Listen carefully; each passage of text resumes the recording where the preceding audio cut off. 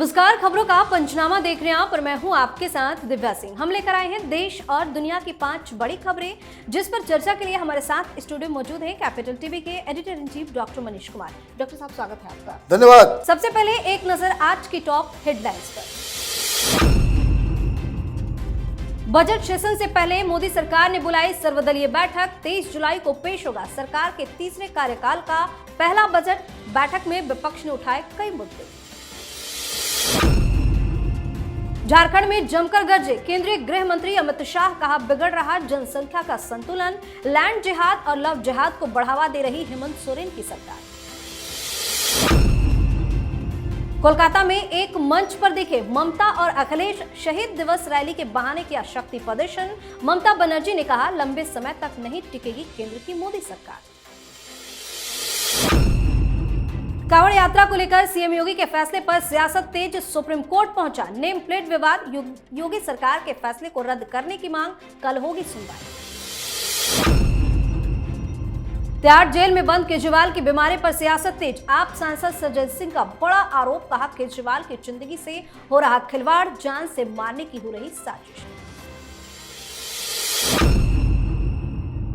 सबसे पहली खबर में बात सर्वदलीय बैठक की। संसद का मानसून सत्र 22 जुलाई यानी कल से शुरू हो रहा है। 23 जुलाई को मोदी सरकार बजट पेश करेगी। इससे पहले आज मोदी सरकार ने सर्वदलीय बैठक बुलाई। बैठक में कांग्रेस ने डिप्टी स्पीकर पद की मांग रखी। इतना ही नहीं, बैठक के दौरान विपक्षी दलों ने नीट, पेपर लीक, बिहार और आंध्र को विशेष राज्य का दर्जा देने समेत तमाम मांगों को उठाया। इस सर्वदलीय बैठक में सपा और आम आदमी पार्टी ने कांवड़ यात्रा को लेकर यूपी सरकार के फैसले को भी उठाया और इसका विरोध जताया। आज सर्वदलीय बैठक बुलाई गई, विपक्ष ने कई मुद्दों को उठाया। देखिए, ये बैठक इसलिए इम्पोर्टेंट होता है क्योंकि इसमें तमाम नेताओं के साथ बैठ के सरकार ये तय करती है, चूंकि ये बजट सेशन है, देश की अर्थव्यवस्था के मद्देनजर ये सबसे इम्पोर्टेंट सेशन है। सरकार की तरफ से गुजारिश की जा रही है कि भाई जिस तरीके से आपका बर्ताव रहा है कि आप हल्ला हंगामा करते हो, ये मत करना। इस बार बजट सेशन हो जाने दो। लेकिन इन लोगों ने अभी से ही मुद्दा उठा दिया है कि ये सुधरने वाले नहीं है तो हंगामा करेंगे। तो कई सारी मांगे की गई है, तो उस पर भी चर्चा होगी। तो ये अपेक्षा करना चाहिए कि राहुल गांधी उद्दंडता ना करें, नारेबाजी ना करें। जिस तरह से पिछली बार प्रधानमंत्री मोदी के भाषण के दौरान थ्रू आउट ये लोग बेल के अंदर खड़े होकर के नारेबाजी करते रहे, इस तरह से बजट सेशन में भी ना हो। और जिन मुद्दों पर बहस करनी है उन मुद्दों को बाकायदा सरकार को अलाउ करना चाहिए कि ठीक है भाई, आप बहस कर लो। पिछली बार भी ये बहस करना, लेकिन दिक्कत क्या है विपक्ष के साथ, ये बहस भी करवाना चाहते हैं लेकिन ये डिक्टेट करते हैं कि इस नियम के तहत, इस कानून के तहत, जहां कोई कानून नहीं होता है। भाई, राष्ट्रपति के भाषण के लिए वो सत्र बुलाई गई थी जी, और आपने क्या कर दिया, आप जो है उसमें ऊल जुलूल डिमांड्स आपने करके वो पूरा समय बर्बाद किया और हाथ आप पे क्या आया, कुछ नहीं। तो अभी इंतजार करना चाहिए। हालांकि मीटिंग में तो सारे लोग कह देते हैं हर बार कि इस बार अच्छे बच्चे की तरह हम लोग जो काम धाम करेंगे, लेकिन जैसे ही सत्र शुरू होता है ये लोग उद्दंडता करते हैं। जी, अगली खबर में बात केंद्रीय गृह मंत्री अमित शाह की। अमित शाह ने झारखंड के मुख्यमंत्री हेमंत सोरेन पर भूमि जिहाद और लव जिहाद को बढ़ावा देने का आरोप लगाते हुए तीखा हमला किया है। अमित शाह ने कहा कि भूमि जिहाद और लव जिहाद की वजह से जनसंख्या का संतुलन बिगड़ रहा है। गृह मंत्री अमित शाह ने कहा कि मैं आदिवासी भाइयों और बहनों से अपील करना चाहता हूं कि वे ऐसी सरकार चुने जो घुसपैठ को रोक सके। अगर घुसपैठ नहीं रुकी तो आदिवासियों की जमीन और जंगल दोनों खतरे में पड़ जाएंगे। घुसपैठ का मुद्दा आदिवासियों के लिए एक बड़ा सवाल है। कांग्रेस, हेमंत सोरेन और उनके मंत्री, जिन्हें अभी गिरफ्तार किया गया है, झारखंड में घुसपैठ करके आदिवासियों के खिलाफ लव जिहाद, जमीन जिहाद और जंगल जिहाद को अंजाम दे रहे हैं। जबरदस्त तरीके से अमित शाह ने तो हेमंत सरकार की वाट लगा दी। देखिए, करना पड़ेगा। आज अमित शाह 2 जगह थे, आज वो महाराष्ट्र भी गए और झारखंड भी गए। दोनों जगह चुनाव होने वाले हैं और भारतीय जनता पार्टी के कार्यकर्ता मॉरली थोड़ा सा डाउन है, उत्साह में कमी है। उस कमी का कारण यह है कि आपकी सीटें घटी है। महाराष्ट्र में तो और भी ज़्यादा, क्योंकि वहाँ बहुत ज़्यादा नुकसान भारतीय जनता पार्टी को हुआ है। आपने तोड़ फोड़ सब कुछ किया, लेकिन फिर भी ढाक के 3 पात, पिछली बार जितनी सीटें आई उससे बहुत ज़्यादा कम आई सीटें इस बार। तो ये क्या अमित शाह को अब मैदान में उतरना पड़ रहा है, मैदान में उतरना पड़ना भी चाहिए। और झारखंड के अंदर जो उन्होंने लैंड जिहाद, जंगल जिहाद, जमीन जिहाद, इन सब चीज़ों को जो उठाया है, वो दरअसल हाईकोर्ट के फैसले के तहत उठाया गया है, जिसमें 4 सप्ताह का वक्त दिया गया है हाईकोर्ट के द्वारा हेमंत सोरेन सरकार को कि कैसे ये बांग्लादेशी आते हैं, आदिवासी लड़कियों को अपने प्रेम जाल में फंसाते हैं, शादियां करते हैं, धर्म परिवर्तन करते हैं और जमीन और जंगल के ऊपर कब्जा कर लेते हैं। और ये बात कोई आरोप के लहजे में अब नहीं रहा। कारण ये कि हाईकोर्ट ने इसे सच माना और यह आदेश दिया है कि फटाफट बताओ कि जो बांग्लादेशी घुसपैठी रोहिंग्या जो आ रहे हैं और इस तरह का जो कुकर्म कर रहे हैं, उनको बाहर करने का आपने क्या तरीका ढूंढा है। तो सरकार के ऊपर दबाव है कि आप इसके खिलाफ एक्शन लें, और राजनीति ये कहती है कि ये एक्शन नहीं लेंगे। कारण ये है कि मुस्लिम वोट चाहिए। इंडी गठबंधन तो मुस्लिम वोट के लिए कुछ भी करने को तैयार है। मैं तो बार बार कहता हूं कि मुसलमान कहते कि भाई सारे वोट तुम्हारे पॉकेट के अंदर, कपड़े खोल के चौराहे पे नाच लो, तो ये इंडी गठबंधन वाले नाचेंगे। ये इस तरह की, इसको कह सकते हैं कि अमर्यादित राजनीति ये लोग करते हैं। देश के ऊपर डेमोग्राफी जिस तरह से चेंज हो रहा है, देश के ऊपर बड़ा खतरा मंडरा रहा है, और ये लोग सत्ता की लालच में, वोट की चाहत में और अपने परिवार को बचाने की लालसा में ये लोग देश की सुरक्षा के साथ खिलवाड़ कर रहे हैं। तो अमित शाह ने सही उठाया ये मसला, और जब उड़ के पहुंचे ये महाराष्ट्र, वहां आज शरद पवार को भ्रष्टाचारियों का गैंग लीडर बता दिया। ये सारी बातें तो अच्छी है, सिर्फ भाषणबाजी से काम नहीं होगा। भारतीय जनता पार्टी को अगर चुनाव जीतना है तो सबसे पहले अपने कार्यकर्ताओं को खुश करने की आवश्यकता है। जी, इस खबर में बात ममता बनर्जी और अखिलेश यादव की। पश्चिम बंगाल की राजधानी कोलकाता में आज ममता बनर्जी और अखिलेश यादव एक ही मंच पर दिखे। दोनों नेता शहीद दिवस रैली में शामिल होने पहुंचे थे। इस मौके पर उन्होंने केंद्र सरकार पर जमकर निशाना साधा। ममता ने कहा कि यह सरकार स्थिर नहीं है, यह सरकार कभी भी गिर सकती है। वहीं ममता ने अपने संबोधन में अखिलेश की खुलकर तारीफ की और कहा कि अखिलेश ने यूपी में जो खेल दिखाया है, इसके बाद योगी आदित्यनाथ को तो त्याग पत्र दे देना चाहिए। ममता ने कहा कि मैं चाहती हूं कि बंगाल के साथ हिंदुस्तान के संबंध अच्छे हो। अब फिर से ममता बनर्जी कह रही हैं कि सरकार ज्यादा दिन नहीं चलेगी। आपने जो आखिरी सेंटेंस कहा अपनी खबर में कि बंगाल का रिश्ता हिंदुस्तान के साथ अच्छा हो, बंगाल अलग देश है क्या?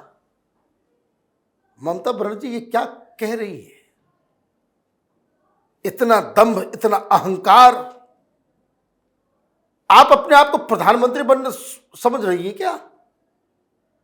बंगाल का रिश्ता हिंदुस्तान के साथ अच्छा हो, इसका क्या मतलब है? ये टुकड़े टुकड़े करवाना चाह रही है क्या ये ममता बनर्जी? भाषण दे रही है, वहां पे कह रही है कि बंगाल में भी चल रहा है, वहां पे बिल्कुल सिविल वॉर जैसा हंगामा चल रहा है, हिंसा बहुत है, कि मैं बंगाल के दरवाजे खोल दूंगी, जिन लोगों को दिक्कत है वो बांग्लादेश से आकर के बंगाल में आ जाए। भाई तुम्हारी हैसियत है बॉर्डर्स खोल देने की? ये राज्य सरकार के पास ये अधिकार कहां से आया? मतलब आप अपने आप में दिमाग में ये लग रहा है क्या आपको कि बंगाल को अलग कर लिया जाएगा? ममता बनर्जी ज्यादा दिनों तक और सरकार में रहेंगी तो वो एक नया पाकिस्तान बनेगा। बहुत लोगों को मेरी ये बात से बुरा लग सकता है, लेकिन हकीकत है। तो केंद्र सरकार की तरफ से कुछ होगा नहीं, सुप्रीम कोर्ट कुछ करेगा नहीं, कोई कुछ बोलेगा नहीं, तो ममता बनर्जी इस तरह के बयान देंगी। हिंदुस्तान के साथ बंगाल का रिश्ता, और आज क्या था देखिए विडंबना। ये वोट के भूखे, उसको कहते हैं ना गिद्ध, कैसे पलटी मारते हैं। आज जो है वो लोग मार्टायर्स डे मनाते हैं, शहीदी दिवस। 13 कांग्रेस कार्यकर्ताओं की मौत हुई और कांग्रेस वहां पे है नहीं। मूर्खता देखी है, क्या देश है ये। उस समय ममता बनर्जी यूथ कांग्रेस की लीडर होती थी, वो रैली कर रही थी। किस लिए? कि जो वामपंथी सरकार जो है वो वोटिंग में रिगिंग करती है। क्या रिगिंग करती है?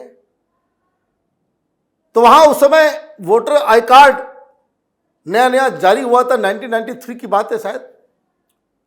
तो ममता बनर्जी कहती थी कि ये जो वामपंथी हैं, ये ज्योति बसु जो है वो साइंटिफिक रिगिंग करता है, बांग्लादेशियों से, इधर से उधर से जो घुसपैठिए हैं उनको राशन कार्ड दे देता है, कुछ कुछ आई कार्ड दे देता है, उससे वोटिंग करवा लेता है। तो ये डिमांड कर रही थी कि जिसका इलेक्शन कार्ड है बस वही वोट करे, और इसके लिए प्रोटेस्ट मार्च था, गोली चला दी गई, 13 लोगों की मौत हो गई, ममता बनर्जी भी घायल हुई। रैली किसकी थी? कांग्रेस पार्टी की। लेकिन ये कांग्रेस पार्टी की महानता है या मूर्खता है, या आप डिसाइड करें कि मारे गए कांग्रेस कार्यकर्ता और ममता बनर्जी उसको टीएमसी का शहीदी दिवस बना दी। खैर, सवाल क्या था? फर्जी वोटिंग। ममता बनर्जी उन शहीदों को, 13 लोग जो मारे गए, उनके साथ भी अन्याय कर रही है जी। क्योंकि आज यही ममता बनर्जी बांग्लादेशियों को भी बुला रही है, रोहिंग्या को भी बुला रही है, उनको नागरिकता भी दे रही है। ये सारा काम जो हो रहा है इसके खिलाफ नहीं। ममता बनर्जी के यू टर्न तो ऐसे हैं कि केजरीवाल जो है उसके सामने छोटा बच्चा नजर आएगा। ममता बनर्जी ने बांग्लादेशियों को बंगाल से बाहर खदेड़ने के लिए पार्लियामेंट के अंदर स्पीकर के ऊपर फाइल फेंकी थी। ये ममता बनर्जी इतना ड्रामा करती थी, रोती थी कि मेरा बंगाल बर्बाद हो रहा है। और जब उन्होंने फाइल फेंका था तो बहुत सारे लोग उस समय जो सेकुलर पार्टियों के जो लीडर्स होते थे, जैसे समाजवादी पार्टी के, तो समाजवादी पार्टी का एक सांसद लपका ममता बनर्जी की तरफ, तो ममता बनर्जी उसको घूंसे मार रही थी, समाजवादी पार्टी का। और वही आज बगल में बैठ करके उसको समझा रही हैं कि हम हिंदुस्तान के साथ। Very disappointing statements. किसी भी राज्य के मुख्यमंत्री को यह अधिकार नहीं दिया जा सकता है कि आप इस तरह की भाषा के साथ देश को तोड़ने का जो है नींव रखें। जी। और अब बात नेम प्लेट विवाद की। उत्तर प्रदेश सरकार ने कांवड़ यात्रा मार्गों पर पड़ने वाली दुकानों पर मालिकों के नाम और मोबाइल नंबर लिखे जाने का आदेश दिया है, जिसे लेकर विवाद शुरू हो गया है। अब यह मामला सुप्रीम कोर्ट पहुंच गया है। Association for protection of civil rights नाम के एनजीओ ने सुप्रीम कोर्ट में याचिका दाखिल की और यूपी सरकार के आदेश को रद्द करने की मांग की है। वहीं सुप्रीम कोर्ट की रजिस्ट्री ने मामले को सुनवाई के लिए लिस्ट भी कर लिया है और इस पर कल सुनवाई होनी है। इस बीच देश भर में इस मामले पर बवाल मचा हुआ है और सियासत भी तेज हो गई है। अब नेम प्लेट का जो विवाद था वो सुप्रीम कोर्ट पहुंच गया है, कल सुनवाई भी होनी है। भाई सुप्रीम कोर्ट में क्या आदेश होगा ये देखना पड़ेगा। हालांकि लीगल तो है, ये जो फैसला लिया गया है वो लीगल है। कानून 2006 में लगाया गया, बना गया कानून कि भाई सारे लोग डिस्प्ले करेंगे। आपको बड़ी दिक्कत हो रही है। सुप्रीम कोर्ट तो ये फैसला नहीं कर सकता। देश में कानून अगर है तो कानून का पालन नहीं किया जाए। हर चीज में हिंदू मुसलमान भाई हिंदुओं के लिए भी लागू हो रहा है, वो हिंदुओं के लिए भी लागू हो रहा है। ऐसा तो नहीं कहा गया कि सिर्फ मुसलमान जो है वही दुकान के आगे जो है रखे। हिंदुओं पे भी लागू हो रहा है, सिखों के ऊपर भी लागू हो रहा है, जो कोई रूट में आ रहा है।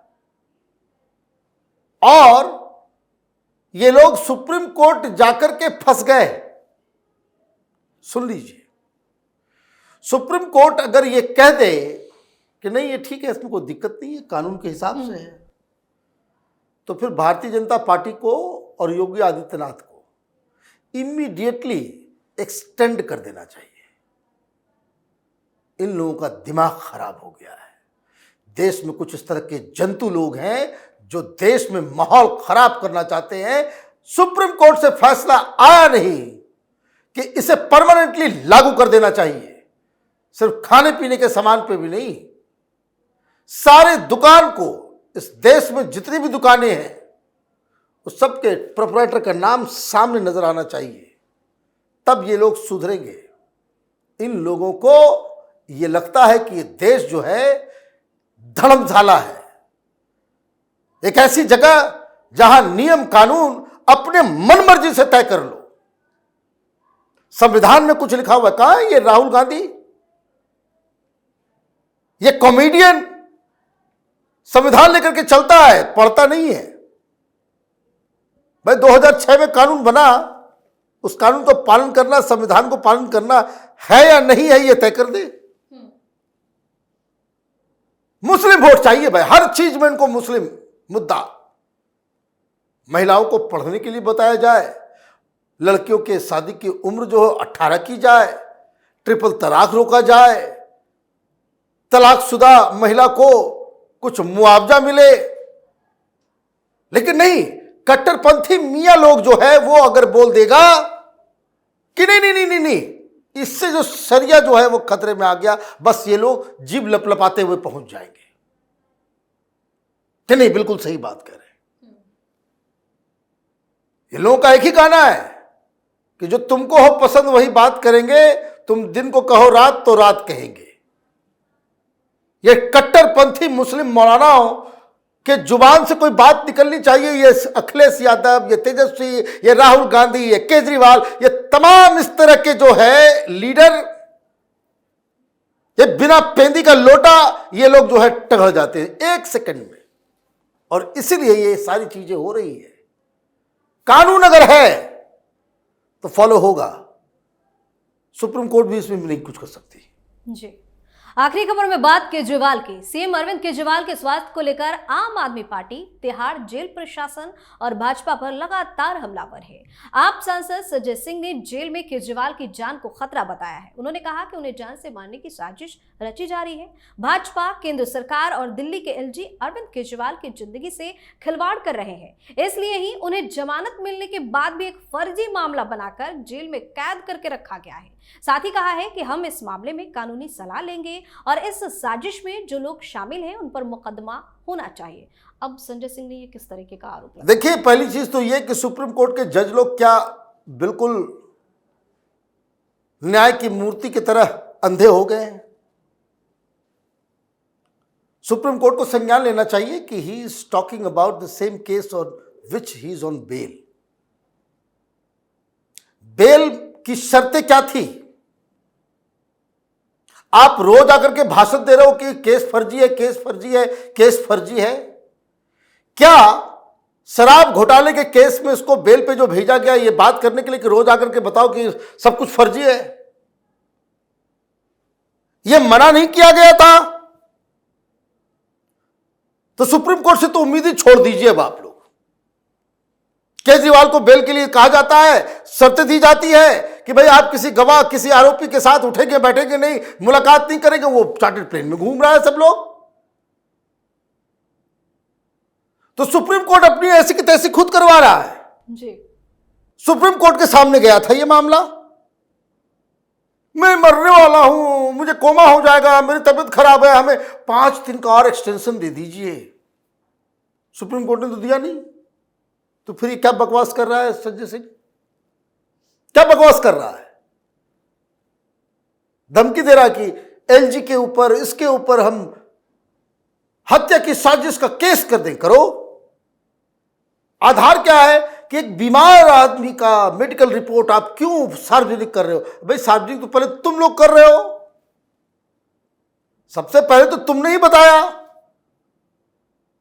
कि 8.5 kg वेट कम हो गया। किसने दी जानकारी तुमको? किसने दी जानकारी? इंसुलिन नहीं दिया जा रहा है, इंसुलिन दिया जा रहा है, नहीं दिया जा रहा है, ये किसने दी जानकारी? तबीयत खराब होगी, कोई प्रॉब्लम आएगी तो जेल प्रशासन का कोई भी व्यक्ति को छोड़ा नहीं जाना चाहिए। सबको सस्पेंड करो। क्योंकि ये जिम्मेदारी जो है वो जेल प्रशासन की है। जेल प्रशासन जब बार बार कह रहा है कि ये जो कैदी है, जो दिल्ली का तिहाड़ी चीफ मिनिस्टर है, ये डॉक्टर्स की निगरानी में 24 घंटे रह रहे हैं, तो इस तरह की बातें करने का क्या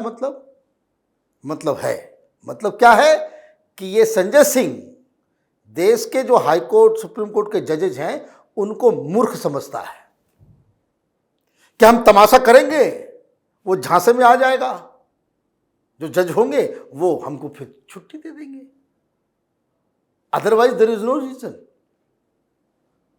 कई सारे लोगों में टीवी में डिबेट करते हुए भाई जुडिशरी को इन्फ्लुएंस करना, भाई जुडिशरी को इन्फ्लुएंस अगर करने की कोशिश कर रहा है तो उसका प्रामा फेसी क्या आधार है? आधार यही ना कि जज लोग बेवकूफ है। प्रेस कॉन्फ्रेंस में कर दूंगा, जज के कान तक पहुंच जाना चाहिए, ये लोग जो है फिर डर जाएंगे, अकल नहीं है उनमें। 4 दिन प्रेशराइज करेंगे तो जज जो है हमको छोड़ देगा, तो this is the main reason. इसलिए जज साहब लोगों को थोड़ा सा ध्यान देना चाहिए, बड़ा डेलिकेट केस है, पूरी जुडिशरी की साख जो है वो दांव पे लग गई है। बहुत बहुत धन्यवाद सर तमाम जानकारी। धन्यवाद। खबरों का पंचनामा में आज के लिए इतना ही। देश और विदेश की बाकी खबरों और उनके सटीक एनालिसिस के लिए देखते रहिए कैपिटल टीवी। हमें लाइक कीजिए, शेयर कीजिए और हाँ, कैपिटल टीवी को सब्सक्राइब करना बिल्कुल ना भूलें। धन्यवाद।